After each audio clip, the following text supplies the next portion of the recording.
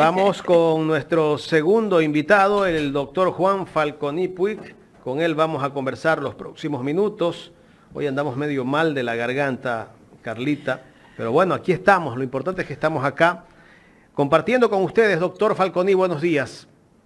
Bienvenido. Buenos días, Jaime. Buenos días, Carlita. Déjenme empezar solo diciendo que Carlita merece doblemente like siempre, todos los días. Claro que sí. Recibimos, por Por supuesto, Navidad con y mucho no cariño por Navidad. todos esos likes. Lo abrazamos muy fuerte, doctor, esperando que haya tenido una feliz Navidad, que la haya pasado bien, en familia. Y como siempre decimos, ¿no? Creo que todos los ecuatorianos en este momento le pedimos pues al Niño Jesús, para los que son creyentes, que nos traiga paz. El país ha vivido momentos muy difíciles en los últimos años, dados por la política ecuatoriana, y usted ha sido parte de eso, usted también los ha vivido. De pronto, ¿cómo evaluar el país en este año? Bueno, en el año que termina lo pongo, yo puse un mensaje que le habrá llegado a ustedes también, Carlita, un mensaje de Navidad para los seguidores en X. Y lo que pongo al final es básicamente, que va a resumir su pregunta. Lo que pongo al final es: ojalá y que esperemos que para Ecuador el año 2024 sea mejor, mucho mejor que el año 2023. Ha sido un muy mal año para la República en todos sus aspectos, pero absolutamente en todos sus aspectos, en el aspecto social, en el aspecto seguridad. Acabamos de oír esa entrevista con la señora Schettini, que es realmente impresionante. En el aspecto social, en el aspecto económico, ven en el universo de hoy día las declaraciones que hace el gerente o exgerente del Banco Central, que la situación fiscal es desastrosa, que el Fondo Monetario va a ser flexible porque entiende la situación desastrosa.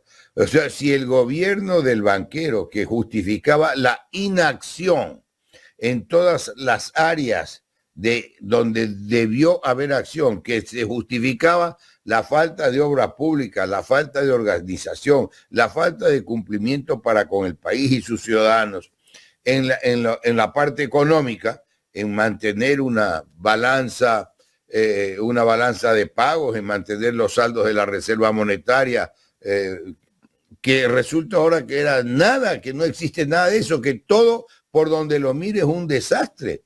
Entonces, en realidad, no quiero ser yo agorero de malas noticias, ni mucho menos, pero más bien, lo contrario, más bien creería y pensaría que hemos llegado tan a fondo, que de aquí en adelante las cosas deberían ser mejor, independientemente de quién esté en el gobierno, de quién esté presidiendo, con un poco de sentido común, con un poco de prioridades en el aspecto social, con entender que lo primero que necesita la gente es salud, que no se trafique con $200 una funda plástica para un deudo, ¿verdad? Que se entienda que debe haber más eficiencia en el sector de salud y más honradez en el sector de salud, que de ahí tiene que haber, preocuparse en la educación, porque no hay pueblos subeducados,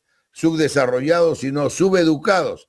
Es básico para el progreso individual, para el progreso del país, que haya gente preparada, que haya gente formada. Si por eso se habla, pues a veces, de la fuga de los cerebros cuando la gente se va a preparar en las mejores universidades del mundo y después se van, etcétera. Entonces, y todo eso debe confluir y terminar en una obra pública que genera mano de obra, que genera trabajo, que genera crecimiento económico, que genera materiales, que genera producción interna de una serie de bienes y servicios, ¿verdad? Para ponerlo en 3 palabras, y no hay que ser una especie de premio Nobel de la política ni andar fungiendo de gran cerebro al tiempo que se condecora a Raimundo y todo el mundo, ¿verdad? Para que se deban favores por condecoraciones o pagando favores por condecoraciones. El país, yo creo que ha llegado a los niveles más bajos en lo que tengo historia, y cuando digo tengo historia, no solo que es la que he vivido, sino la que he estudiado, como tenemos que estudiarla, ¿verdad? En Ecuador ha habido presidentes ilustres, ha habido presidentes honestos. Ayer, anteayer, en una conversación yo daba varios ejemplos. Ahí está, de los últimos presidentes, Rodrigo Borja, andaba en bus, y ahí está un hombre, un político de la calidad de Rodrigo Borja, con la sencillez que vive, sencillez, por decirlo de alguna manera. Ahí está el propio Velasco Ibarra, su esposa murió cayéndose de un bus. Imagínense, ahora todos andan en carros blindados con 8 patrullas y 20 motos haciendo escándalo. No, pues Carlita, entonces la gente tiene que tener claro esas cosas y tiene que tener claro todo lo que afecta a la República, las soluciones que se han propuesto, los que han fracasado rotundamente, empezando por no cumplir lo que ofrecieron, por no cumplir lo que prometieron. Pero tiene que haber una reacción fuerte en el país para que podamos salir adelante. Si estamos, como yo creo que estamos en el peor momento, tendríamos que tomar conciencia de aquello y mirar bien el futuro cercano.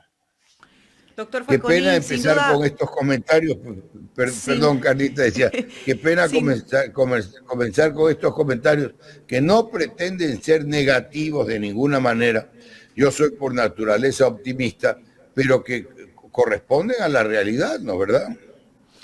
Perdóneme. Usted decía algo bastante importante, ¿no? Antes hubo en el Ecuador presidentes que pudieron caminar por las calles tranquilos, ¿no? Antes, durante y después de haber sido presidentes. Pero eso no es lo que se vive en la actualidad. En la actualidad pues tienen que andar resguardados, no solamente él, incluso hasta ciudadanos de a pie, empresarios, gente honesta, por el terror que se vive en ese país. Y ese terror se ha ido infiltrando también en el Estado, en todo el Estado, porque hay corrupción y eso no lo podemos negar.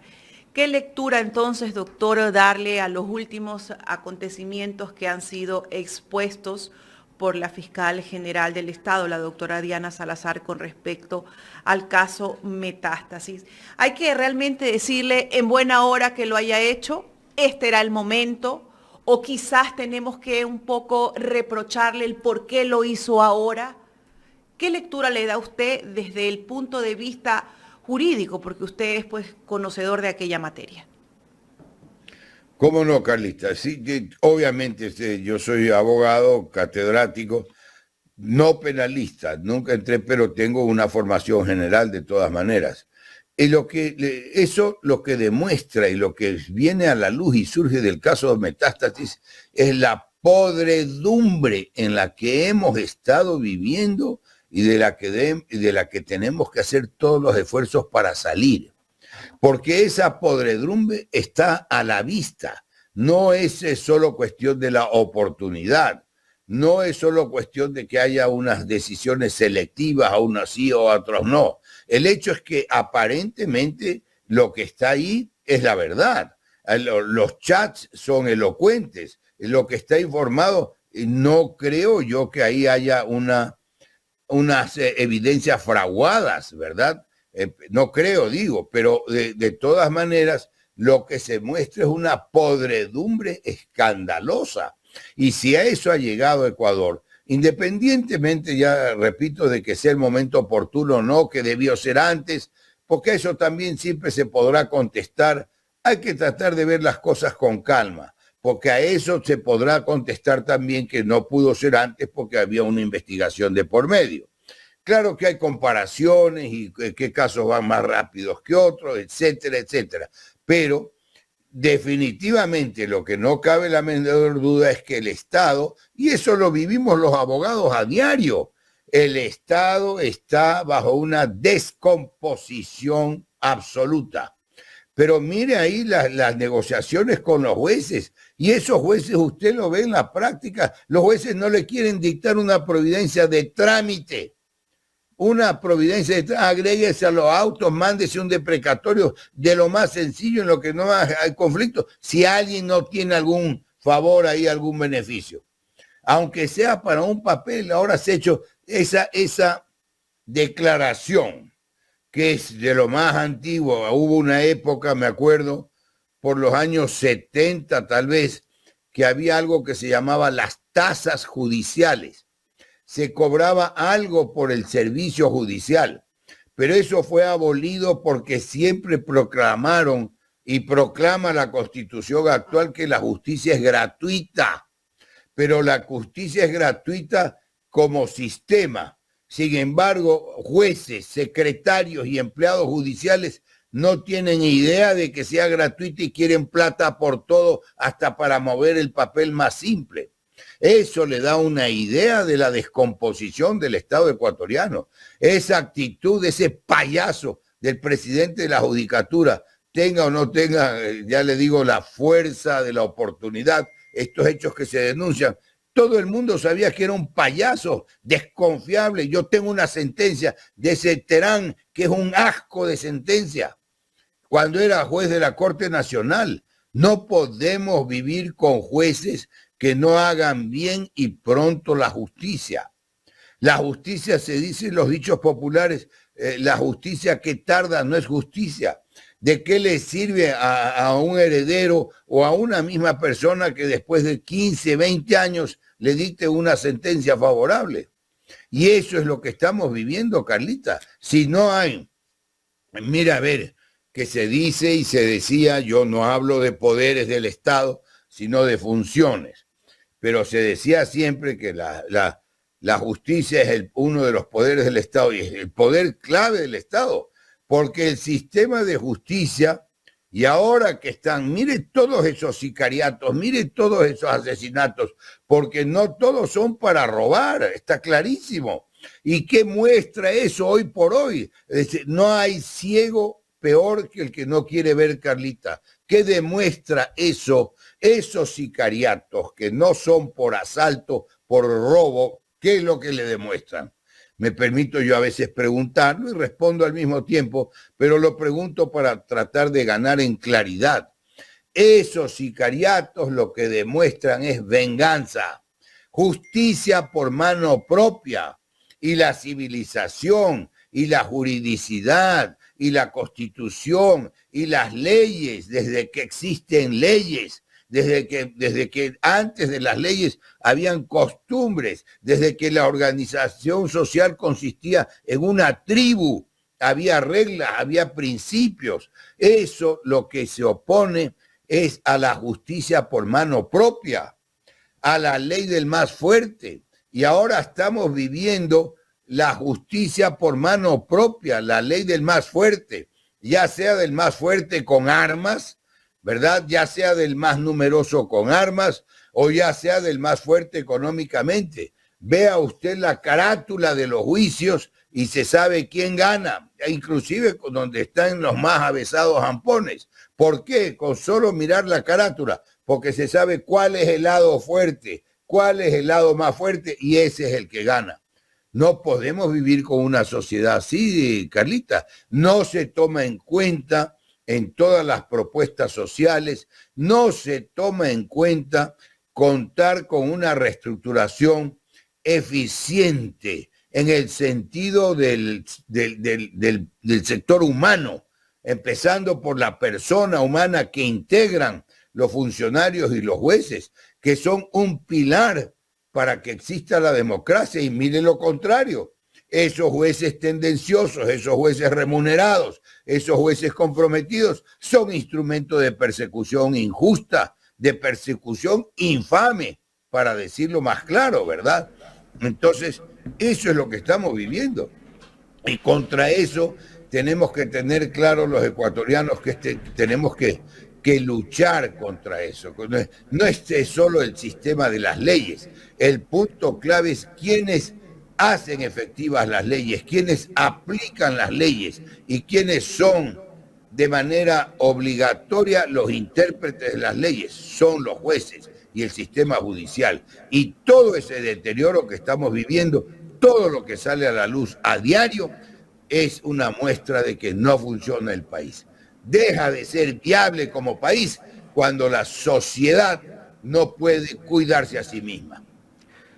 Doctor, sé si ¿cómo fue le va? más o menos Buenos claro, días. Carlita. Dentro Ay, dentro del caso Metástasis, hay personas que son nombradas en los chats y hay personas nombradas que no han sido sus viviendas allanadas, ni siquiera han sido llamados por fiscalía hasta el momento. El caso del señor Boscán, el caso del abogado o asesor de Fernando Villavicencio, que pedía $200,000 a cambio de quedarse callado por el tema de Leandro Norero, que siempre acusaba a Villavicencio. Y hay otros casos incluso. Hay un mayor de la policía de acá de San Borondón, bueno, él tengo entendido que sí ha sido allanado, que pedía a este narco dinero para arreglar los patrulleros de la Policía Nacional. Arregló 13 patrulleros de la Policía Nacional. Imagínese usted, doctor Falconi, en manos de quienes estábamos nosotros. La policía mismo vinculada a los narcos y pidiéndole dinero para arreglar los vehículos. Aquí tiene que responder también, yo creo, el ministro del Interior de Guillermo Lasso, el mismo Guillermo Lasso, por todo lo que pasó dentro de ese tiempo. Doctor. Por supuesto, no tenía claro esto, Jaime, este ejemplo que usted pone, que me parece ya casi irónico, el extremo de que los delincuentes estén financiando que reparen los patrullas de la policía. Es una cosa escandalosa que realmente. Y por supuesto, pues que Lasso, si es el jefe de Estado, si al presidente Correa lo condenaron con la estupidez del influjo psíquico, ¿cómo no hacer responsable a Lasso cuando estuvo metido en todo? Cuando Cherres murió a pocas cuadras de su casa en Punta Blanca, etcétera, etcétera. Lasso está más comprometido que hasta el cogote, en realidad, y el silencio actual no lo exonera de nada. Pero lo que dice usted tiene un dicho poco común, Jaime, pero era muy gráfico. El dicho creo que es más colombiano. O todos en la cama o todos en el piso, ¿verdad? O sea, es con todos. O a todos los investigan y a todos los examinan, o a todos o a ninguno, pues, pero no, esto no puede ser a unos sí y a otros no. Eso rompe el principio de generalidad ante la ley, rompe el principio de igualdad ante la ley. Además de que hay que tener claro y hay que tener bien entendido que al final del día los allanamientos per se no son una sanción ni mucho menos. Los allanamientos son una medida extrema, que se tenga claro, porque viola el principio de privacidad, el principio de reserva, etcétera, etcétera, porque viola por una causa mayor, viola esas reservas, esas garantías constitucionales por una causa encaminada a la investigación de un delito. ¿Y qué es lo que se busca en el allanamiento? Primero, es sorpresivo, y segundo, lo principal que se busca en el allanamiento es buscar a la persona o a las cosas, a las evidencias, a las pruebas que puedan existir. Y de ahí salen pues todas estas evidencias en los celulares, otras veces en las máquinas, en los computadores, la correspondencia, lo que antes podía haber sido escrito, lo que antes podía haber sido misivas, mensajes escritos que eran, ¿verdad? Hoy son tecnológicos, hoy están en los celulares, hoy están en las computadoras, en las bases de datos.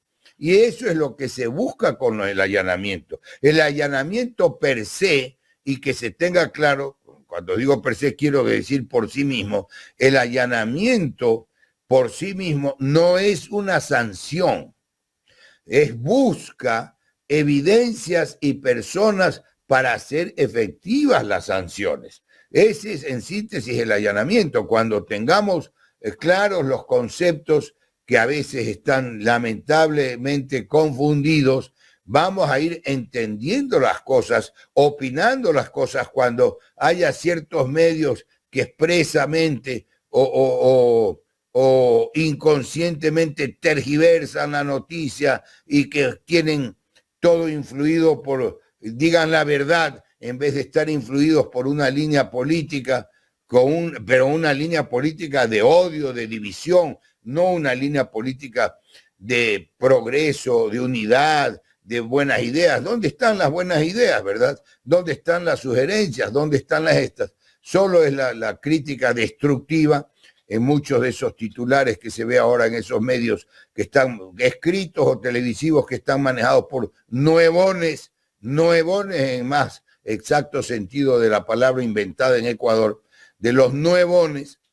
Entonces, que eso influye, porque eso influye en la formación de la sociedad, que le hayan explicado a la gente, que le hayan explicado a los seguidores de estos programas lo que es, para qué existe, cuál es la razón de ser de un allanamiento. No lo he visto ni lo he oído antes, mi estimado Jaime. Y sí es bueno para que se empiecen a entender las cosas, a entender los conceptos y las ideas. Ahí sabremos un poco dónde vamos. De ahí es que yo digo, derivado de todo esto, que no hay pueblos subdesarrollados, sino subeducados. La gente no está preparada en términos generales, obviamente, no está informada, no tiene la preparación para ir entendiendo los sucesos, ¿no es cierto? Doctor, está bien que un periodista converse con un narco y que haya tratado temas de política incluso, y que ese narco le entregue información a un periodista. ¿Ese periodista puede haber incurrido en algún delito o no? Pero por supuesto, un periodista que se cree listo, que se cree tan vivaracho, que conversa con los narcos, que sabe lo que van a hacer los narcos, que a veces actúa casi como confidente de los narcos, es cuando menos la figura que existía antes es de encubridor. La figura que existe hoy día es que está violando el deber de denunciar. El deber de denunciar que está en el COIP ya tiene ciertas variaciones, pero en lo que antes se conocía como encubridor. Como un periodista, una cosa es que esté investigando, pero otra cosa es que se vuelva el confidente, el vínculo del narco con la sociedad, que le transmite, que le informa, que oculta. No, y esos son los chantajistas que trafican al resto de la sociedad, que a los mismos delincuentes los chantajean porque reciben sus pagos para que no los delaten, ¿verdad? Y alguno de esos ha sido en el extremo bellaco, que se jacta y se ha jactado de tener estos contactos con los delincuentes más avesados. Esa es una deformación escandalosa del periodista.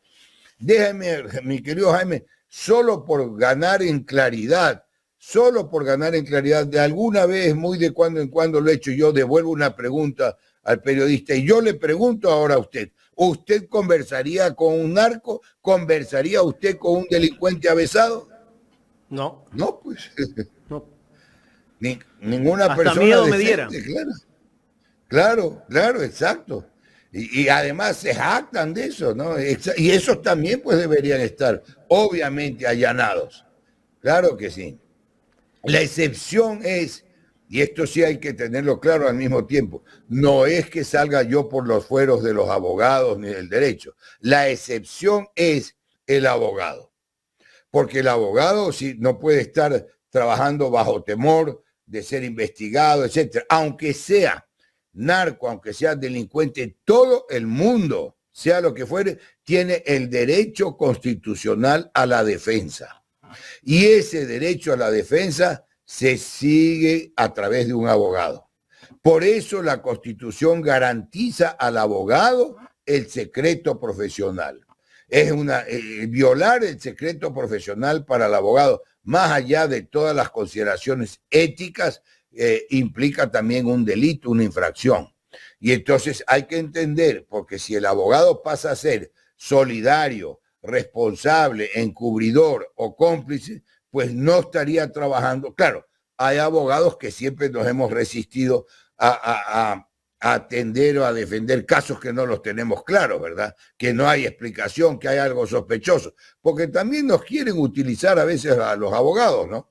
Pero de ahí a los que participan voluntaria y activamente en el trato con los delincuentes, hay una diferencia inmensa. Son dos cosas distintas, el secreto profesional, la obligación de guardar ese secreto profesional, que sería como el equivalente a que un cura revele lo que oyó y de lo que se enteró en una confesión, ¿verdad?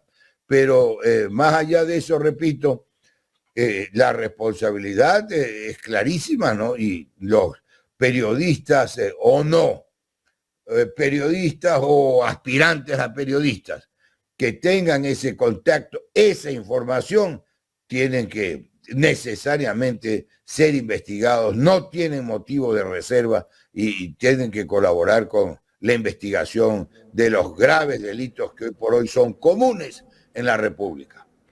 Doctor, me paso a otro tema. ¿Cómo no? La Corte Provincial deja sin efecto por improcedente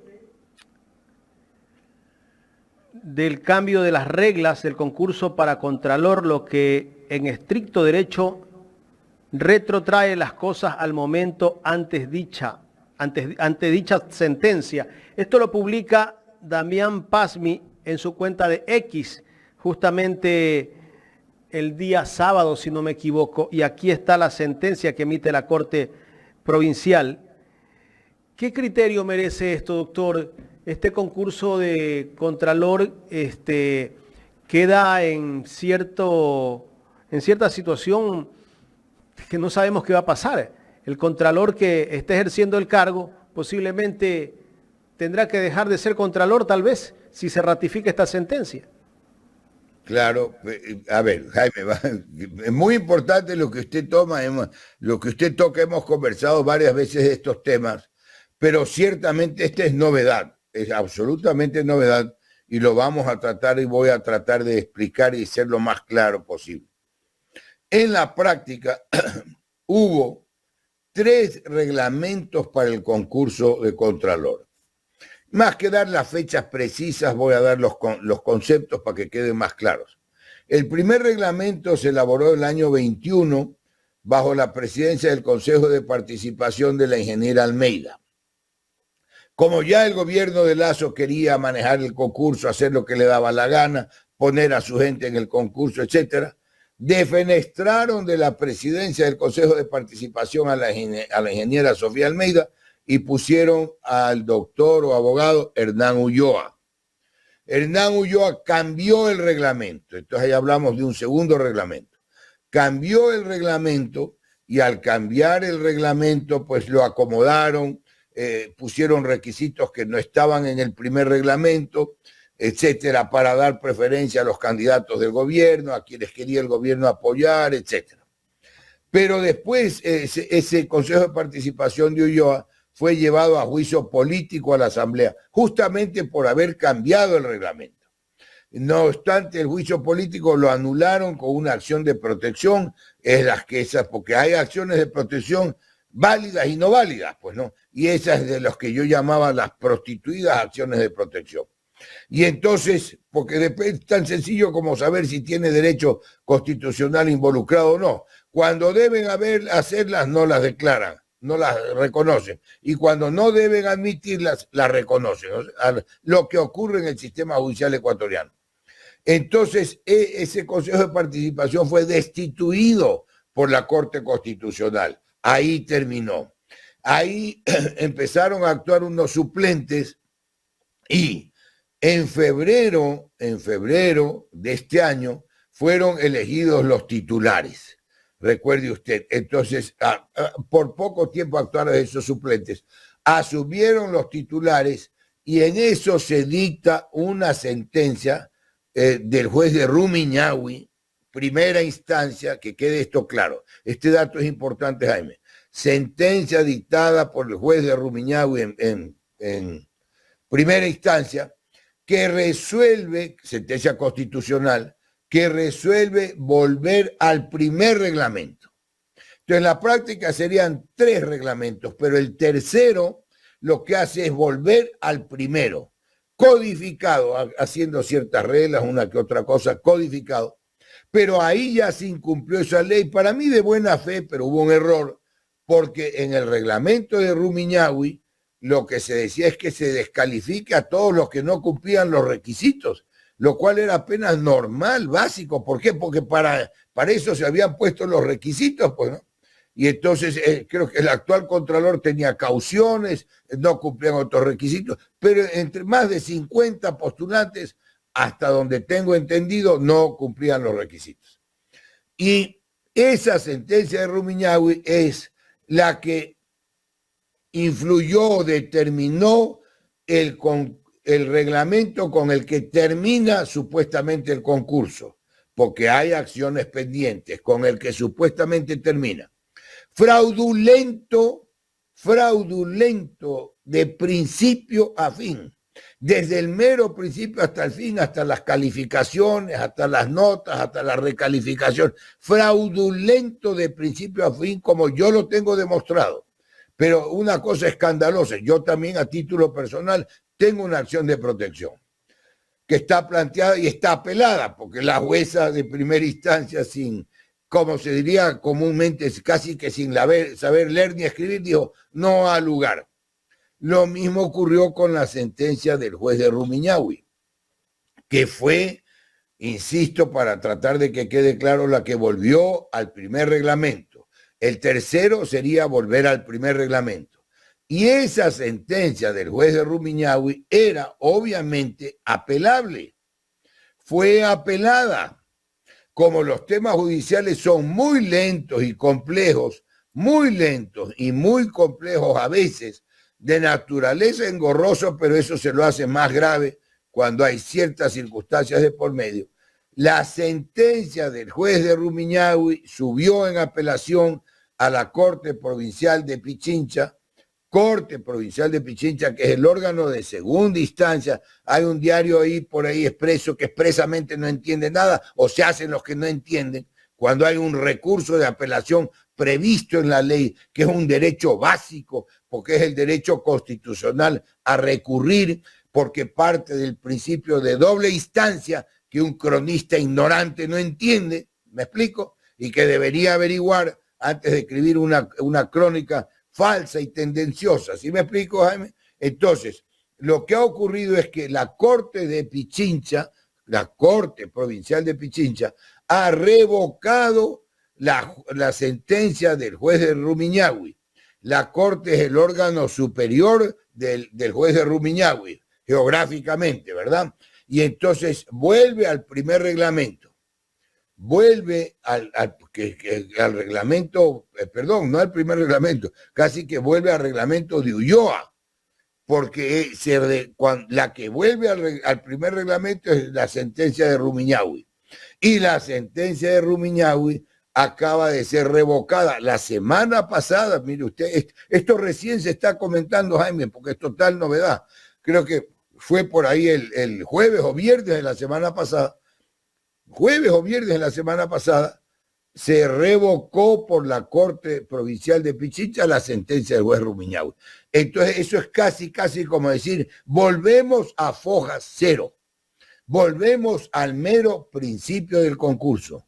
Esa es la razón. Y si volvemos al primero principio del concurso, no obstante los desesperados por la posesión, no obstante los ignorantes, en toda la extensión de la palabra y con mayúsculas, los ignorantes que no entienden que la posesión es un acto derivado del nombramiento y que si el nombramiento es nulo, la posesión es nula. La posesión, y peor la desesperada a la carrera, no convalida nada. La posesión es un acto accesorio, de una solemnidad accesoria que sigue la suerte de lo principal, principio que viene del derecho romano, ¿no es verdad? Y entonces lo accesorio sigue la suerte de lo principal. Si eso es, yo no sabía, Jaime, que íbamos a hablar de esto, felizmente lo tenía en la mente, ¿verdad? Si eso es así, el concurso vuelve a foja cero. Tendría que empezar a actuar el contralor que le tocaba ser subrogante antes del concurso. ¿Cuál es el siguiente paso de esto que estamos viendo, doctor? Porque si hay una orden de la Corte Provincial de Pichincha de que volvemos al reglamento anterior, esto quiere decir que el nombramiento del Contralor tal vez será nulo. Claro, Aunque de por ahí hecho, hay es nulo. algunos opinólogos que dicen que no pasa nada con eso, con esa sentencia. Eso, Jaime, a ver, usted me pone, la verdad no puedo dejar de mirar el tema como debe ser mirado desde el punto de vista jurídico y trato, usted me dirá si estoy bien porque si no tengo que hacer un esfuerzo mayor, pero trato de ponerlo en palabras sencillas, generales, para que la gente lo entienda, ¿verdad? Esta sentencia que acaba de salir la semana pasada de la Corte Provincial de Pichincha tiene que ser respetada porque es el sistema jurídico que impera en la República. Pues no es que algún opinólogo que no sabe, ignorante, que ignora, va a imponer su criterio por lo que se le ocurra, menos aún cuando esos criterios son fundamentados en el odio, en los desafectos, etcétera, sin entender las instituciones que rigen y que cuando no se cumplen son las que alteran el desenvolvimiento normal de la República. Esa sentencia de la Corte Provincial de Pichincha todavía no se puede ejecutar, Jaime, porque no está ejecutoriada. Ejecutoriada quiere decir, para la gente que no lo conozca, yo sé que ustedes y mucha de la audiencia lo puede saber perfectamente, pero ejecutoriada quiere decir que queda en firme.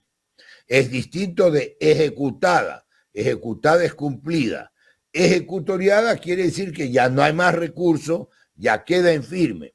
Esa sentencia, en lo que yo entiendo de la Corte de Pichincha, todavía no está ejecutoriada porque puede haber, y esto es importante, Jaime, y seguramente pues de las partes intervinientes, yo no intervengo en ese caso, de las partes intervinientes puede haber recursos que se llaman horizontales. Los recursos horizontales son los que resuelve el propio juzgador, a diferencia de los recursos verticales que los resuelve el superior. Vale decir, la aclaración, la ampliación es un recurso horizontal que lo resuelve el propio juzgador quien dictó la sentencia, mientras que la apelación es un recurso que resuelve el superior, el que le toca subir en grado, cuando la causa sube en grado al tribunal de alzada, como se lo dice también en palabras generales, ¿verdad? Entonces, lo que entiendo yo es que no están todas las decisiones, las providencias y las sentencias en general, también para que lo tenga a cargo la audiencia y el público, se ejecutorían en 3 días.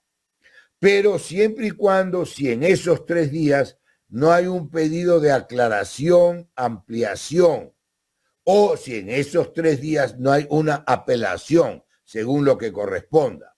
De lo que ha dicho la Corte Provincial, que ya es el Tribunal de Alzada, ya no hay apelación, pero sí puede haber un recurso horizontal de aclaración o ampliación. Cuando eso quede resuelto y terminado, si es que acaso lo hay, no sé, porque esto además se tramita en Pichincha, ¿no? No he visto el expediente.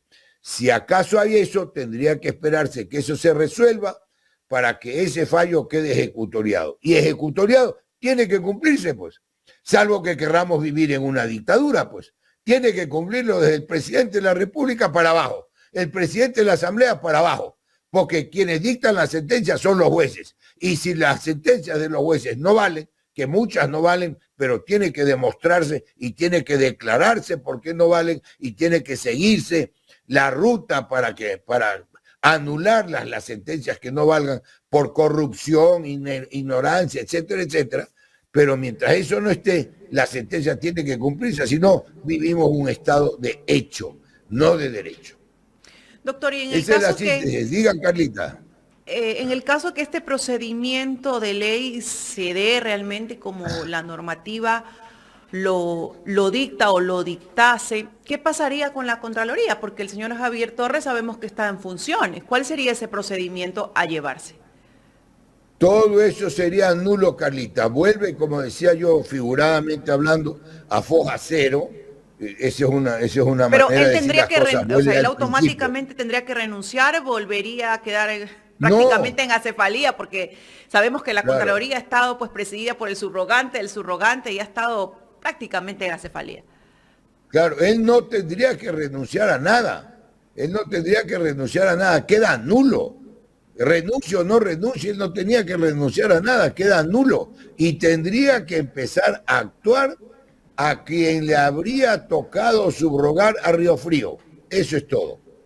Ahí tendríamos que chequear, investigar a quién le habría tocado. Pero no es cuestión que es voluntario de Torres renunciar o no renunciar, o que tendría que... Nada, queda nulo. Nadie tiene que renunciar a nada. Está declarado nulo por orden judicial cuando quede ejecutoriada. Punto. Y eso tiene que cumplir los apurados por la posesión, los adversarios, los que tenían interés en un nombre o en otro nombre, tiene que cumplirlo todo el país, porque esa sentencia tiene fuerza obligatoria para todo el país una vez ejecutoriada. Así de sencillo. Y el único órgano que podría en otro momento y no inmediatamente a continuación revisar esa sentencia sería la Corte Constitucional. Pero revisar y para dar un pronunciamiento en función de la materia constitucional, no para revisar ese caso en específico. ¿Y usted ha Eso es tenido, así es el sistema, Carlita. ¿Y usted ha tenido respuestas sobre las acciones que usted ha presentado? ¿O se sigue Mire, yo dilatando presenté ese una, proceso? claro, yo presenté una en Quito y la jueza Romero, en un fallo realmente deplorable por calificarlo de alguna manera. En la práctica, diminuto. ¿Qué se quiere decir diminuto? Jurídicamente se entiende diminuto como que no resuelve, se queda corto, no resuelve lo principal. Un fallo de 50 y pico de páginas, pero diminuto, porque creen que con contar, relatar lo que ha ocurrido, sin llegar a atar los cabos con el derecho, que es lo que requiere la Constitución para que haya motivación, relatar en más de 50 páginas todo lo que dijeron las partes. Imagínense una audiencia de más de 2 horas, dicho, y tal persona dijo tal cosa, todo tomado de la grabación, para terminar diciendo que no hay violación constitucional sin analizar las pruebas presentadas por el propio Consejo de Participación, pero a última hora del día anterior, que la jueza, el mismo día de la audiencia, antes de las horas hábiles, antes de las 8 de la mañana, mandó a agregar, pero no leyó. Y no leyó y no pronunció por eso, nada se pronunció en el fallo. No leyó, por ejemplo, la prueba mía escrita, ni cuál sería el valor de la prueba mía escrita. Convenientemente no leyó. Era una jueza que ya estaba comprometida de entrada. Yo tengo algún chisme de por dónde llegaron a ella. Así ha sido, pero estamos viendo cómo se han manejado y negociado los jueces, está publicado en distintos chats, ¿no? De los sectores más lejanos de la justicia, como son la delincuencia organizada. Entonces, en un fallo yo apelé, y eso también sube a la Corte, el expediente no sé si ha subido, todavía no habrá subido, no es que insisto en el caso, el recurso está en la ley, el recurso es un derecho que está en la ley, y yo apelé y tiene que subir el caso a la Corte Provincial de Pichincha también.